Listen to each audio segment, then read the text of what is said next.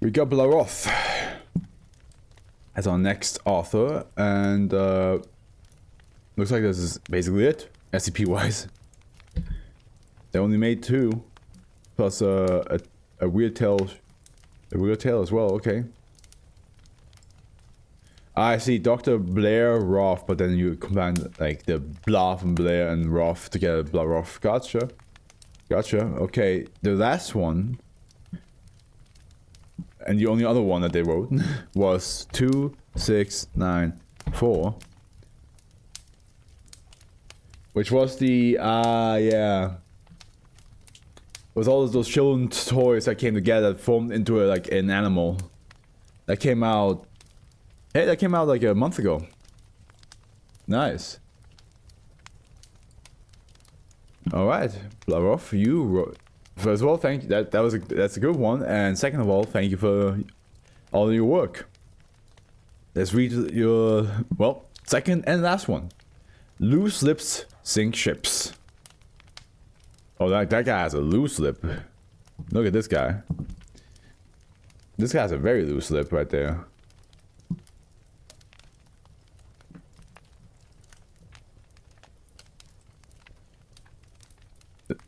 Is that real? I like that guy. He's like a chill dude, eh? Okay, let's read this. Public class Euclid. Special contained procedures, except for purposes of approved experimentation, instances of SB3011 must not come within 100 meters of any nautical paraphernalia or similar items. This includes, but is not limited to, images of anchors, boats, submarines, or waves. SB3011 is to be contained in a commercially available large terrarium suitable for housing small lizards. Each terrarium is to house no more than 6 instances of SB3011. Additionally, terrariums are to be made available should specific instances need to be separated. Each terrarium should contain items relevant to SB3011's needs. Should the number of SB3011 instances exceed that of 100 staff, 100 staff are permitted to cull the population to 90 individuals. Okay, so never reach 100. And you have the picture says SB3011 instances being approached by Dr. Carson. Also, I just now realize how like thick the tail is.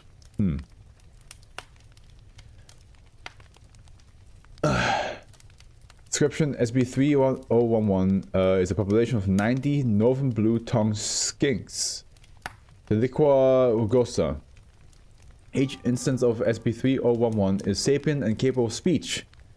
Isolated instances display limited problem-solving capacity in group. Okay, Jesus Christ.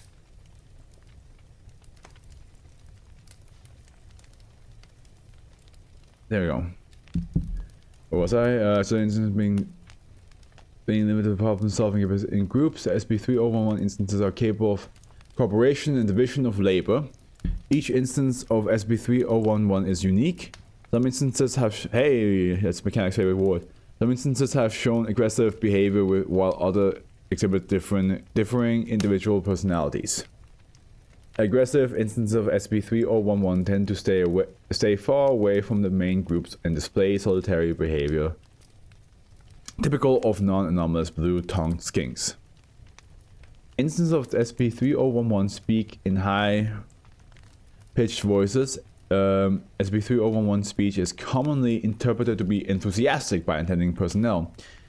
Typical topics of SB3011 conversation are the weather, bad omens, maritime navigations, foreign adventurism, and braggadocious sexual conquests. At night, the backs of SB3011 produce a shimmering bioluminescence. Caretakers have observed that this resembles the moon reflecting of the surf of the sea. Oh, that's cool. That's very cool, actually. SB3011 self-replication begins when exposed to prohibited paraphernalia. Instances of SB3011 will become aroused and engaged in a mating ritual. Okay. All instances are able to view one another will begin moving In unison, this rhythmic movement is noted to be enthusiastic and vigorous. No sexual intercourse is noted to occur.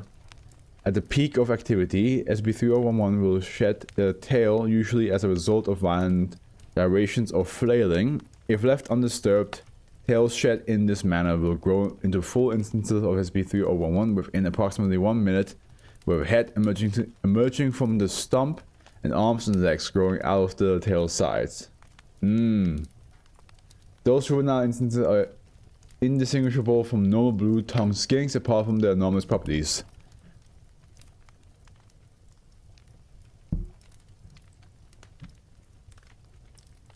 So basically, this is a new head right here. It's like giving birth right now.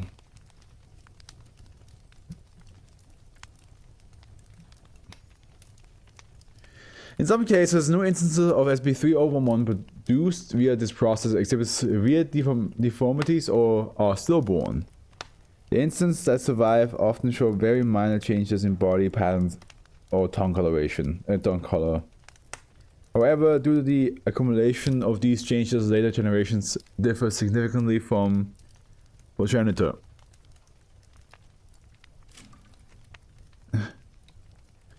Interview SB3011.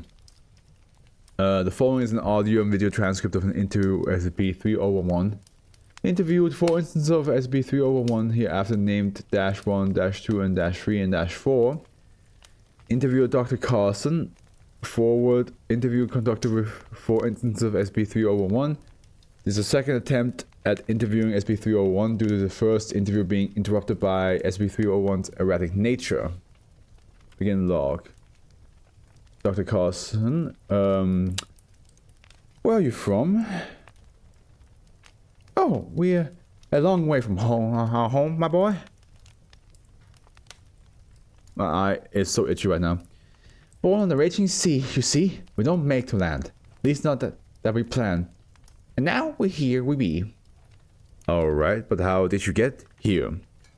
Didn't you bring us here? On a ship of steel and electricity? They everywhere? Here we be. Got my eye, dude. Must be from like the leftover smoke of the chimney fire. What is prohibited paraphernalia? But isn't paraphernalia supposed to be like an item that like that's like connected to a theme, like to like paraphernalia? Miscellaneous articles, especially the equipment needed to be for a particular activity. Yeah, so like basically like anything to do with ocean, right? So any article that's to do with ocean, like a charting map for boats, or like I would argue fish nets. What else? Like the one poster that shows all the different flags for ships and what they indicate. But yeah, paraphernalia are basically like any item that's connected to an activity. So yeah, in this case, anything that's connected to the ocean, right?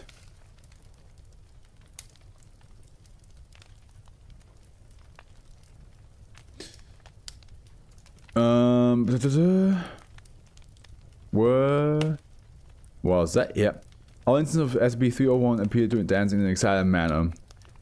Well, I guess it is a ship to you, But back to my original question before we took you in our ship. How did you get here, to this land? Did you swim? Not all of us can swim, Boyle, but all of us can sail. Aye, and sail we did. We've been sailing for a long time, since afore you were a mite, an egg in your mother's cloaca. You sailed. What did you sail on? Are you not too small to sail? Too small, he says he. Dashman can be heard laughing. He should talk, this one, a captain's companion to suffer life at sea. We sailed, we did, on logs, on fawns, on Unfloat them and jet them. Boats too, we did. Don't forget the actual boats. Those were later acquisitions, we didn't start with boats. All SCP-301 instances nod at each other. Just 90 of like, oh yeah. The boats were later acquisitions. Can you elaborate on how you got the boats? I wasn't on the crew yet. Do you know? Directed on the other instance of SCP-301. Nay, lad, that was before my time at sea. It was my time, lads. We were there when the first boat sailed. There is a long pause between instance of SCP-301 and Dr. Carson. We were just a young skink then, barely a cabin boy. Floating on a bed of freezing kelp we were. Then a group of you kindmen passed paddling in the sea. Stowed away we did, among the baskets we hid. -4 nods. So let me get this right. You made a small raft of wood and managed to get on board an actual ship and hide in baskets. How did you go from baskets to ships? All SCP-301 instances laugh in unison. We don't build boats, boy. We sail. We're sailors. We take what the sea brings us. In fairness to the soft men, there is some ambiguity in my tale. We hope the boat canoes paddled by whalers seeking whales that must have been before sail. Before sail? Your tale is rather interesting, but you're not explaining me how you went from hiding in baskets to actually sailing ships. At this point, a guard standing at the door inside the room adjusts their sleeves and revealing a tattoo of an anchor. All instances of that SCP-301 notice they begin to dance wildly. Oh, well, you see. Ride the waves to hunt the whale. All instances of SCP-301 continue to dance wildly. -4 sheds its tail. The baskets were on the ships, and on the ships we stayed. On canoes, rafts, and oarships. Whoa, calm down. -4's tail has come off and starts to regrow. Soon after, all instances of SCP-301 shed their tails which soon start to regrow. All dances coming from SCP-301 intensify. SCP-301 the tails instantly start to regrow into a new instance of SCP-301. All hands on deck! All hands on deck! Storm's brewing! Storm's coming! Dr. Carson can be heard standing up, reacting to SCP-301's tail growing new limbs. Shit, this wasn't on the file! The shed tails are now completely new instances of SCP-301. They join the chorus being sung by the original instances.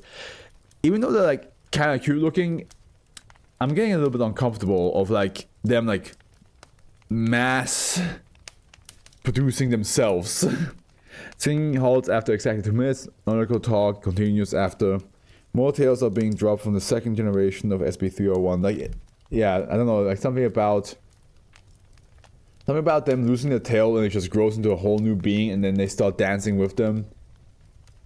Like some sort of hive mind. It just makes me a little bit uncomfortable. -4, SCP-301 speaks to Dr. Carlson. Son, have you ever been through the eye of a hurricane? There's a few seconds of silence before Dr. Carlson responds. No. You pass through the veil of rain and wind and storm into a place of calm, serenity, while all around you the world howls. At this point, it's noted that -4 loses its nautical accent. Sometimes you're there for hours, sometimes minutes. But here, there is only one way out. On instance of SCP-301 continues dancing, staff have described it as a seething stormy sea. The color pattern on the backs begin to light up in a display of colors. Many instances of SCP-3011 have continued to multiply and have by now filled at least half the room. Son, are you listening? Statement appears to be directed by Dr. Carson as -4 stands in a clearing of other SCP-301 instances. Dr. Carson is silent. The guard on duty can be seen trying to open the door, but the attempt failed. Son, do you hear me? Do you understand? Tales from other SCP-301 instances on the ceiling fall and land on Dr. Carson as full instance of SCP-3011. As Dr. Carson brushes one away, it has been noted that it yells something unintelligible in Spanish. Ay, puta merda. Puta madre. Mi hijo de puta.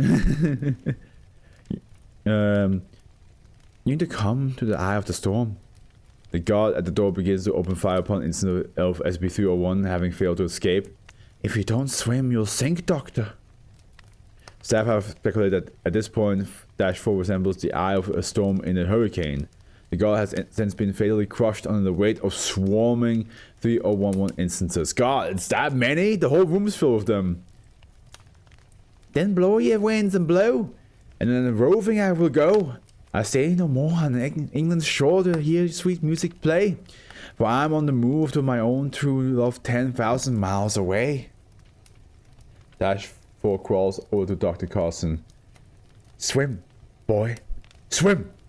As Dr. Carson walks towards -4, there are several fragments of sentences being said by instances of SCP-3011. We'll make port before the hits. Too much ice, too much.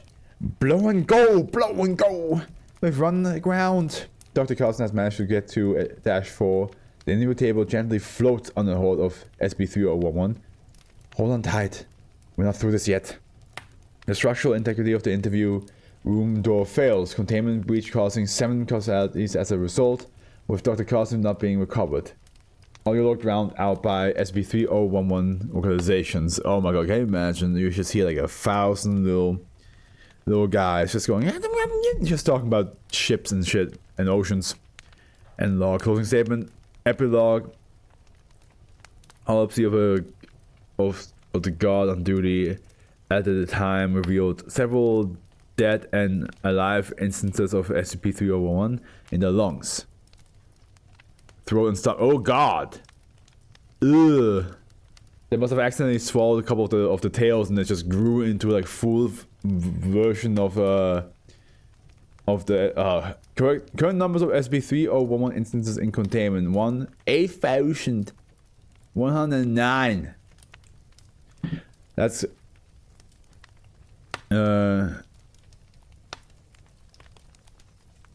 Charles maybe perhaps becomes illicit himself. Who knows? He could become one. Yeah, you're right. Maybe he became a skink. But the idea that like you accidentally swallow, or like because you get like crushed by them, some of the tails just end up in your throat, and then they just, you know, the full-grown skink is in your throat, and just then plops another tail inside you. No, thank you. That is very uncomfortable idea. Very uncomfortable. Don't like that. I do not like that. They're cute looking, but I don't need them to dance and multiply at a rapid pace and then like crush me and accidentally end up in my throat. People already are worried that like you eat insects in your sleep. Don't need to eat skinks in your death.